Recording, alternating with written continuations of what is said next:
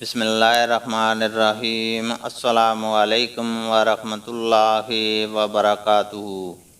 حدیث نبوی صلی اللہ علیہ وسلم ہے، ہم سے آدم بن ابی اولا نے بیان کیا، کہا ہم سے ابن ابی ذئب نے بیان کیا، ان سے زہری نے، ان سے سالم بن عبداللہ بن عمر رضی اللہ تعالیٰ عنہ نے، اور ان سے عبداللہ بن عمر رضی اللہ تعالیٰ عنہ نے بیان کیا کہ مزدلفہ میں نبی کریم صلی اللہ علیہ وسلم نے مغرب اور عشاء ایک ساتھ ملا کر پڑھی تھیں۔